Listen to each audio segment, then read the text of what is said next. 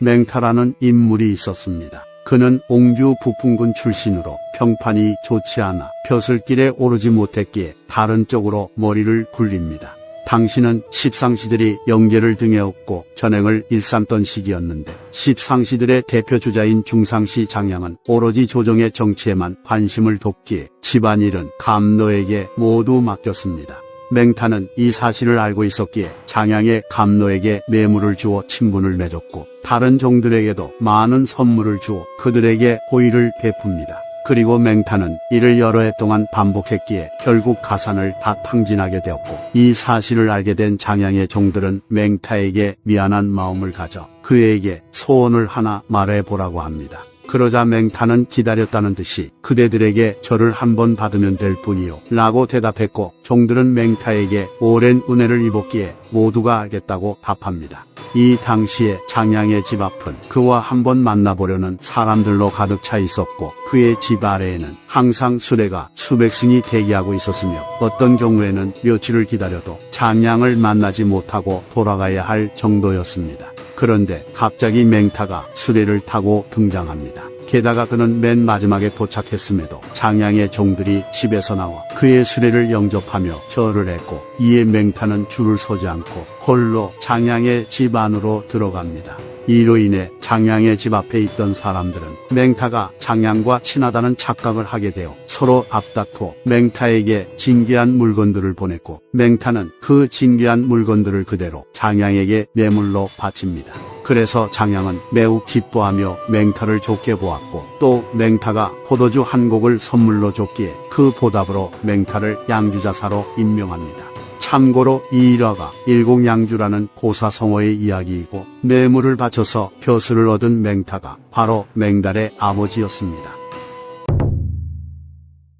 맹달은 옹주 부풍군 미현 출신으로 건한초의 기근이 들자 고향 사람인 법정과 함께 촉으로 들어가 유장에게 몸을 위탁했는데 아마 부친인 맹타가 뇌물로 벼슬을 얻은 터라 평판이 좋지 않았기 때문인지 오랜 시간 동안 벼슬길에 오르지 못합니다. 하지만 부친을 닮아 수완은 있었는지 결국 신도현의 현령의 자리에 올랐고 이후 군의교위에 임명됩니다. 그러던 중 맹달은 유비를 영접할 기회를 얻게 되는데 유장은 시시각각 변화하는 정세 속에서 우군을 얻으려 했고 이에 장송이 같은 황족 출신인 유비를 추천하자 유장은 법정을 사신으로 보내 유비와 친교를 맺습니다. 그리고 유장은 곧바로 다시 법정과 맹달에게 각각 2,000명의 병사를 주어 유비를 돕게 했기에 맹달은 유비를 만나게 되었으나 유비는 맹달에게 명하여 데리고 온 병사들을 거느리고 강릉에 머무르라고 명하였으니 맹달은 유비의 입촉 당시에 어떠한 활약도 하지 못했던 것입니다.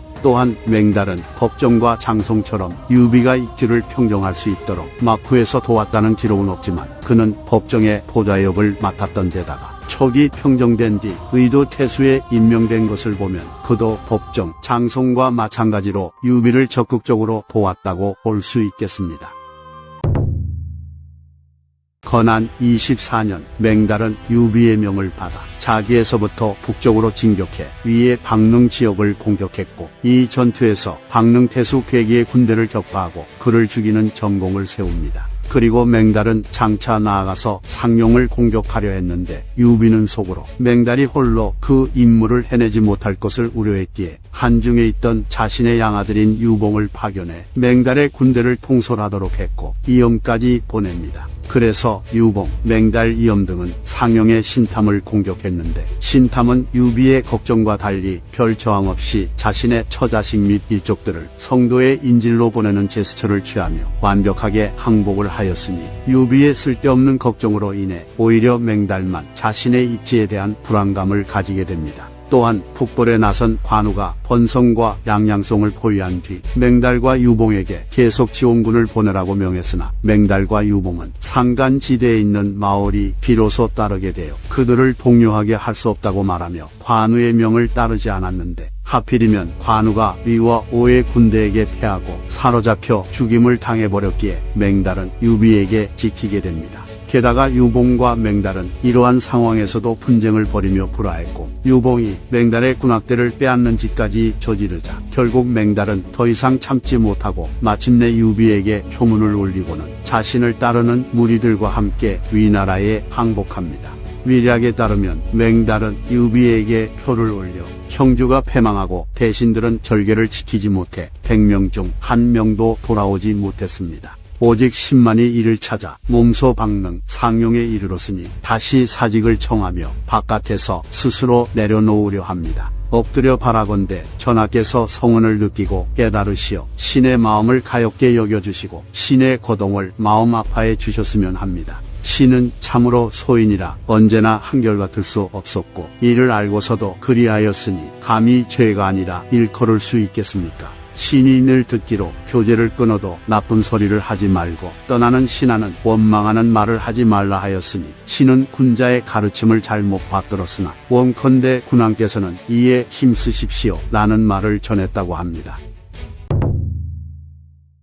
위략에 따르면 조비는 이제 막 왕의 자리에 올랐고 이전부터 맹달을 알고 있었기에 그가 항복을 했다는 소식을 듣고는 매우 기뻐하며 사람을 살필 줄 아는 지식을 가진 고위관리들을 보내 맹달을 만나보고 오도록 했는데 그들이 돌아와서는 장수의 재능이 있습니다. 세상의 그릇입니다 라고 말했기에 조비는 맹달을 점점 더 흠모하게 됩니다. 맹달이 이윽고초에 도착한 뒤 나아가 조비를 배웠는데 맹달은 조용하고 품위가 있었으며 재치 있는 말솜씨가 보통 사람보다 뛰어났기에 당시 관리들 중에서 맹달을 주목하지 않는 사람이 없었습니다. 그리고 조비가 가까운 곳으로 외출을 하게 되어 작은 수레에 타게 되었는데 그는 곁에 있던 맹달의 손을 쥐고 그의 등을 치며 그대가 설마 유비의 자객은 아니겠지 라는 농담을 던진 뒤 함께 수레에 탔다고 하니 조비가 맹달을 총애함이 이와 같았습니다. 또한 조비는 맹달에게 상기상시의 관직을 더해주고 박능, 상영, 서성 세 군을 합쳐서 신성군을 만든 뒤 맹달을 신성태수로 임명하여 그에게 서남지역의 일을 맡겼기에 여러 신하들은 항장인 맹달을 대접하는 바가 분수에 지나치고 또 지방의 관직을 맡겨서는 안 된다고 했으나 조비는 그들에게 그가 다른 마음을 품지 않는다는 것을 내가 보증하며 또 비유하자면 쑥으로 만든 화살을 쏴서 쑥을 맞추는 것으로 쓸데없는 걱정일 뿐이요 라고 대답합니다. 그런데 어찌 보면 조비의 말이 다는 사실인 게 맹달은 조비 살아 생전에는 위나라를 배신할 마음을 일도 품지 않았고 일찍이 하후상, 소왕과 함께 상용의 유봉을 공격해 격파하는 전공을 세웠습니다.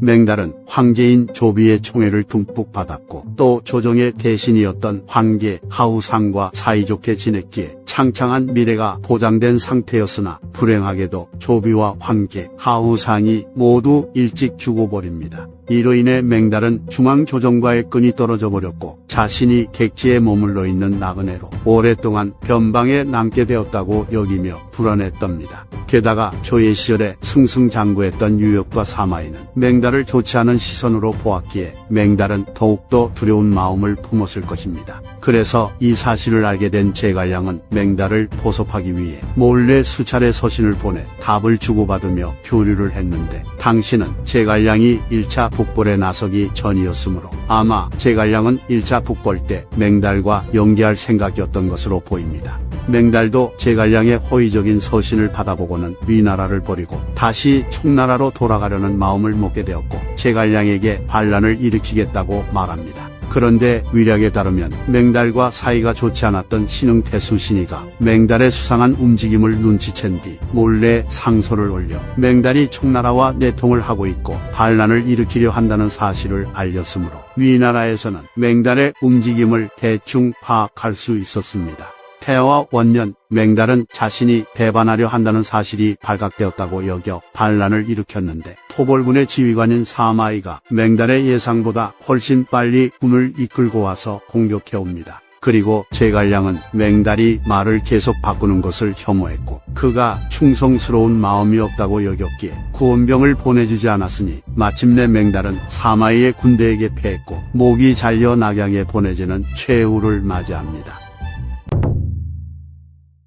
삼국지 본전의 내용과 달리 위략에서는 총나라에서 지원군을 보냈으나 신의가 촉으로 가는 길을 끊어 촉의 지원군이 도착할 수 없었다고 하는데, 만약 이때 촉의 군대가 움직임을 보였다면 제갈량의 1차 북벌 당시에 위나라가 더 완벽한 대비를 했을 가능성이 높으므로 삼국지 본전의 기록이 옳다고 볼 수 있겠습니다. 간보의 징기에 따르면 맹달이 처음 신성에 들어와 백마세에 오른 뒤 유봉과 신탐은 금성천리에 운고하고도 이것을 잃어버렸구나 라고 탄식했는데, 그도 마찬가지로 사마이에게 패했으니 웃긴 일입니다. 조비가 맹달의 타고난 기품과 용모와 풍채를 훌륭하게 여겨 그를 중용했다고 하니 맹달은 외모가 매우 뛰어났던 것으로 보입니다. 일찍이 사마이는 조비가 맹달을 중용하자 조비를 찾아가 맹달의 언행이 교활하므로 중임을 맡기면 안 된다고 조언했습니다. 맹달의 자는 본래 자경이었으나 유비의 숙부인 유경의 이름을 피해 자를 자도로 고쳤다고 하니 맹달은 진심으로 유비를 섬겼던 것으로 보이고, 그가 위나라에 항복하면서 유비에게 표를 올렸던 이유도 아마 미련이 남았기 때문이 아닐까 싶습니다. 또한 맹달은 위에 있으면서도 계속해서 제갈량을 존경했습니다. 맹달의 아들인 맹흥은 의독군에 임명되었고 총나라가 망한 함의 원년에 부친의 고향인 부풍으로 돌아왔다는 기록이 있는 것으로 봤을 때 맹흥은 부친인 맹달과 달리 촉에 남았던 것입니다. 이처럼 유비는 위나라에 항복한 다음에 공격까지 해온 맹달의 처자식들을 처벌하기는커녕 오히려 그들을 우대해주고 관직까지 주었으니 유비야말로 진정한 대인배가 아닌가 싶습니다. 이상 삼국지 인물열전 맹달편 마치겠습니다. 시청해주신 휴머님들께 감사드립니다.